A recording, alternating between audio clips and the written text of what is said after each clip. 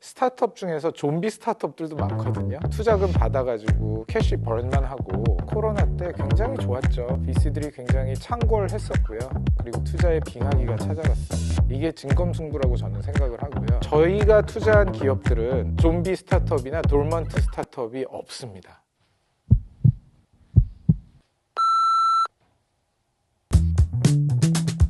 액센처라는 컨설팅 회사에서 진짜 24시간 일한 적도 있고, IBM이라는 글로벌 기업에서 일을 했었고요. 그리고 나서 삼성전자 그리고 구글에 와서 8년 정도 근무를 하고요. 올해 퇴사를 하고 벤처캐피탈 펀드를 운영을 하고 있습니다. 언바운드라는 개념이 사실 경계가 없는, 산업 구분 없이 문제 종류에 상관없이 특정 문제 해결에 집중하고 몰두하고 몰입하는 스타트업을 정말 유니콘, 데카콘으로 키우는 펀드라고 생각해 주시면 됩니다.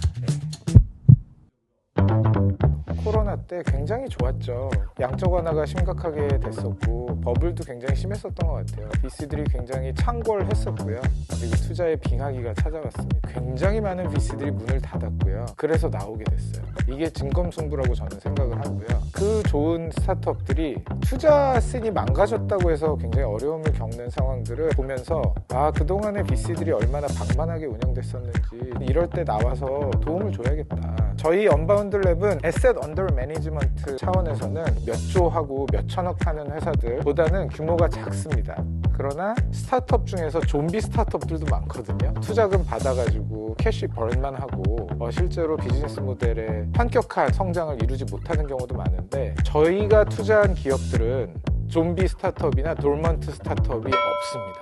성장하고 있는 기업들이 90%가 넘고요. 깜짝 놀라시겠지만 대부분의 VC가 30%를 넘지 못합니다.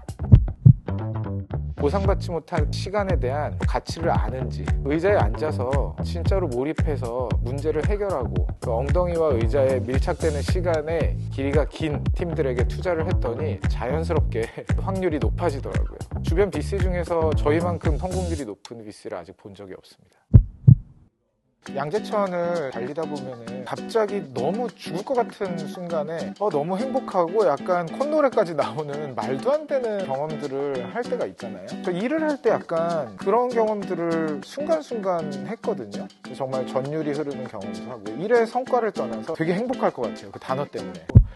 자, 워라벨은 매우 중요한 것 같아요. 일은 재밌는 성질이 있는 것 같거든요. 거기에 몰입을 하면 밸런스가 망가질 수 있는데 업무의 퀄리티를 해칠 수 있다고도 저는 생각을 하거든요. 그렇다면 그거는 똑똑한 결정이 아닌 것 같아요. 운동하시는 분들도 근육 성장을 위해서 그 분할 운동들을 하잖아요. 어제 하체를 했으면 하체에 쉴 시간을 준다든지, 이게 스마트한 방법으로 근성장을 유도하는 것처럼 똑같은 것 같습니다. 나에 대해서 좀 잘 안다면 밸런스를 어느 정도 프로포션, 비율로 가져가면 좋을지에 대한 생각을 똑똑하게 해야 된다고 생각을 해요.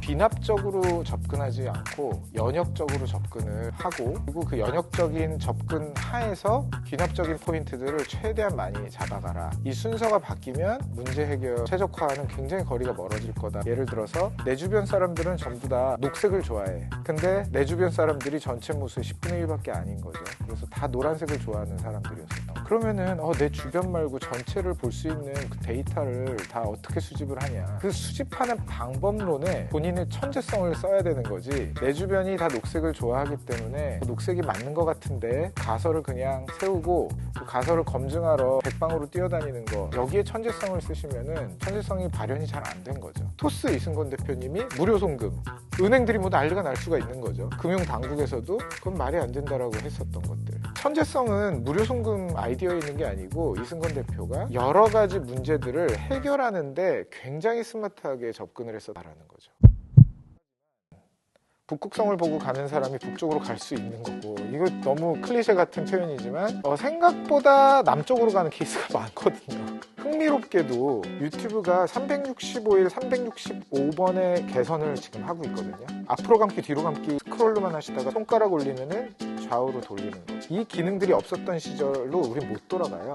뷰카 시대에 가장 중요한 거는 일신 우일신만 하면 된다는 거죠. 어제보다 조금만 더 개선을 하자, 이렇게 했더니 한 2, 3년 후에 완전히 다른 플랫폼이 된 거고요. 2016년에 200만 명이 봤거든요. 문전박대 당하던 플랫폼이었었습니다. 2024년에 지금 4,800만 명이 봅니다. 컨텐츠의 힘, 그리고 그 컨텐츠를 정말 쉽게 어떻게 하면 쉽게 보게 할까. 내 자신을 플랫폼처럼 여기고 그런 노스스타를 잡으시면은 한 2, 3년 후에는 아주 무서운 플랫폼 같은 사람이 되어 있을 거다. 아침에 일찍 일어나기 위해서 혹은 워커스 하이를 위해서 동기부여나 캐치프레이즈는 그 생명력이 아주 오래 가지는 않는 것 같거든요. 그래서 프린시플을 세우시는 거를 좀 추천을 드리고 싶어요. 저 같은 경우는 오픈 채방을 만들어서 지금 한 500분 정도 계신데요. 5시 31분마다 좋은 아침입니다를 올리고, 제가 어느 날 눈물의 여왕 그 마지막 회를 보다가 그 다음날 그래서 5시 31분에 못 일어났습니다. 거기다가 썼어요. 눈물의 여왕 마지막 회 보느라고 제가 오늘은 7시에 일어나서 이제야 씁니다. 창에 적으면서 굉장히 고통스럽더라고요. 그리고 나서 또 그 다음날 더 일찍 일어나게 되고, 이런 식으로 프린시플 설정을 해놓으셔서 본인한테 맞는 지속 가능한 방법을 찾으시는 거를 첫 번째로 하셨으면 좋겠어요. 워커사이는 여러분들한테 굉장히 달콤한 어떤 선물 같은 거, 오타니가 4천억, 5천억 연봉을 받는 거랑 비슷한 것 같아요. 그는 달콤하겠죠, 연봉을 받으면. 근데 오타니가 4천억, 5천억을 위해서 무릎이 까지면서 슬라이딩을 하는 게 아니죠. 일의 의미부여를 잘 하시고 프린시플을 가지고 지속 가능한 여러분들을 만드신다면 워커사이 같은 정말 달콤한 경험들을 굉장히 많이 하시면서 행복하시지 않을까, 그런 생각을 합니다. 질문이 하나 있는데요. 구독과 좋아요 눌러달라는 말이 영향을 주나요? 없죠. 사실 그 스터디를 굉장히 많이 그거 하던 팀이어가지고 제가 아예 없습니다. 아예 없는. 근데 구독과 좋아요 해도 돼요. 저는 워커사이 같은 거를 저는 피딩을 계속 받아야 된다. 구독하고 좋아요를 누름으로써 워커사이 컨텐츠가 계속 올라올 거잖아요. 그거가 프린시플 중에 하나일 수도 있는 거거든요. 그러니까 저는 구독하셨으면 좋겠거든요.